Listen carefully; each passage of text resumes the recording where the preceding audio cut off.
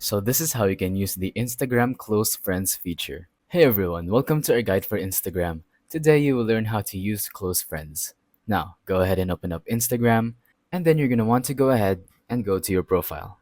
Just click at the bottom right, your profile logo, and then at the top right, you will see three lines.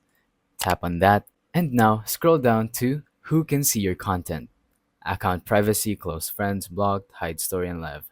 Now, obviously, you're going to want to tap on close friends, and then you're going to want to add the friends that you want to see your story.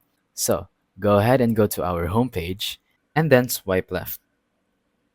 You will see that we are in our camera. So, just go ahead and take a picture or just add a picture from your gallery.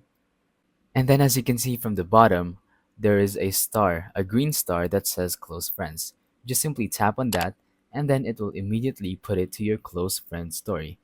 So yeah, that's pretty much it.